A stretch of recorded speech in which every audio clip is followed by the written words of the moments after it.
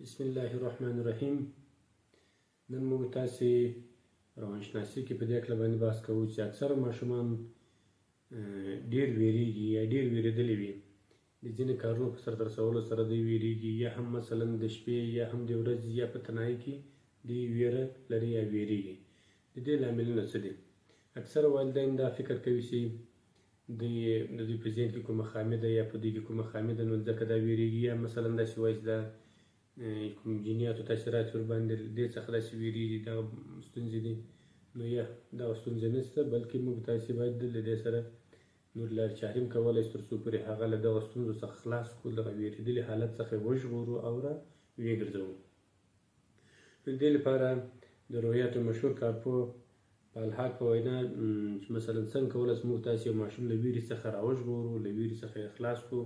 د هغه تقریبا شپږ لارې چارې موږ تاسې ته را په ګوته کړي دي چې له هغه جملې څخه موږ تاسې راځو چې هغه هر یو په نوبت سره ذکر کوو.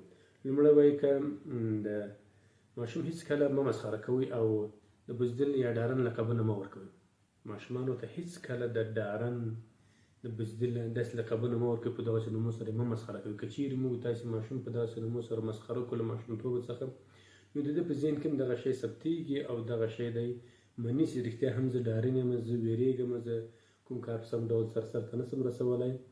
نو دغه د ده په ذهن کې دغه شی کښېني او دغه شی د ده په ذهن کې ځای نیسي. نو دا موږ تاسې باید داسې لقبونه د ماشوم ته ور نه کړو چې ته یا بزدل یا ډارن یې. دوم، ماشوم په ویره پټولو مه مجبوروئ. که تاسې د ویرېدلي ماشوم ویره مسخره کړئ، نو هغه خپله ویره پټوي. یو کار سرته رسوي، هغه څخه مثلا په هغه حالت کې موږ تاسې دی مسخره کوو، سم ډول سره دی کار سرته نشي رسولی، نو په دې حالت کې موږ تاسې دی مسخره کوو یا مثلا ټوکې ورباندې کوو، نو هغه په دغه حالت کې دی بیا څه کوي؟ کوشش کوي چې د خپله ویره پټه کړي.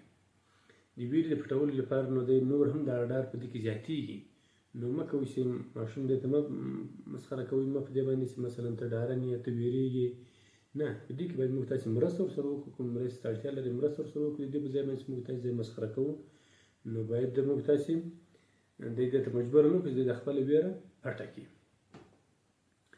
بل دریم، ماشوم په هغه کارو باندې مه مصروفوئ چې دی له کومو کارو څخه دی ویرېږي. هغه ماشومان چې مثلا له کومو کارو څخه دی ویرېدلي وي، په کومو کارو کې دی ویرېږي، له کومو کارو څخه دی ویره لري، له هغه کارو باندې مه مصروفه کوئ. نو له هغه کارو څخه دی لرې وساتئ او کارونه په دوی باندې سرته مه رسوئ. بل څلورم، هم د ماشوم د زړه اورېدو لپاره بې صبري مه کوئ.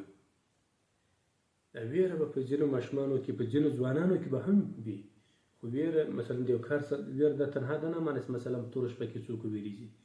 ویره تنها دا نه مانست مثلا یو څوک د یو کار سره سم ډول سرته نشي رسولی، د یو کار د سرته رسولو څخه دوی ویرېږي. مختلفې ویرې شته. نو په دغسې حالتو کې موږ تاسې باید د خپلو ماشومانو ته، خپلو اولادو ته باید بې صبره نه اوسو چې دا ولې دا ویره نه ختمېږي. مثلا په 3 کلنۍ کې ولې نه شوه ختمه، په 4 کلنۍ کې، په 10 کلنۍ کې، 15 کلنۍ کې. دغه د عمر په تېرېدا سره دغه ویره ختمېږي، کمېږي دا ویره. نو هغه له مختلفو حالتو سره مخامخ کېږي، نو ځکه دغه ویره کرا له منځه ځي او له هغسې محیطه څخه باید لرې وساتل شي. نو باید موږ تاسې ورته بې صبره نه اوسو چې ماشوم څه دغه ویره ولې له منځه نه ځي. نو هغه کرا د وخت په تېرېدا سره، د عمر په تېرېدا سره له منځه ځي. پنځم، هم وایي له ویرې د خلاصون لپاره هېڅکله ماشومان یوازې مه پرېږدئ. په کوم حالت کې چې دوی مثلا ویرېدلي وي یا په کوم حالت کې دوی ویرېږي، نو په هغه حالت کې دوی په کوم کار کې دوی ویرېدلي وي، هغه کار ته دوی یوازې مه پرېږدئ. یا مثلا په توره تاریکه کې، په یو محیط کې، په یو ماحول کې دوی ویرېدلي وي، دوی په هغه وخت کې تنها مه پرېږدئ، بلکې له هغه سره مرسته وکړئ په هغه کار کې، هغه کار کې ورسره ملګرتیا وکړئ تر څو پورې په ځان باندې ډاډه شي او هغه ویره کرا له ذهن څخه ووځي. او شپږم، هم ماشومانو ته داسې خلکو کیسې وکړي چې پر ویره او ناکامۍ برلاسي شوي او لوی نوم یې ګټلی وي. د هغه خلکو کیسې، د هغه نامتو کسانو، د هغه زړورو کسانو کیسې ورته وکړي، خبرې ورته وکړي، هغه کارنامې ورته ذکر کړي، هغه لاسته راوړنې ورته ذکر کړي چې هغه له زړور کسانو. خپل ماشومانو ته هغه کیسې، د زړورو کسانو کیسې ورته وکړي تر څو پورې د دوی هم دغه ویره له منځه ولاړ شي او په دوی کې یوه اندازه زړورتیا پیدا شي او دوی هم زړور شي او دوی هم په ویره باندې برلاسي شي. نو هغه د کار په سرته رسولو کې وي او که یا مثلا په کوم محیط کې وي یا مثلا په توره تاریکه کې وي، نو باید موږ تاسې دغه حالتونه یې سرته ورسو تر څو پورې ماشومانو څخه ویره له منځه ولاړه شي. نو دغسې مختلفې لارې چارې موږ تاسې لرو تر څو پورې ماشومان تکړه وروزو کړو، تکړه بیداره مخته کړو، تر څو پورې له مختلفو لارو چارو سره دوی بلدتیا پیدا کړي او د خپل ژوند په راتلونکي کې دوی بریالي کسانو څخه حساب شي. مننه.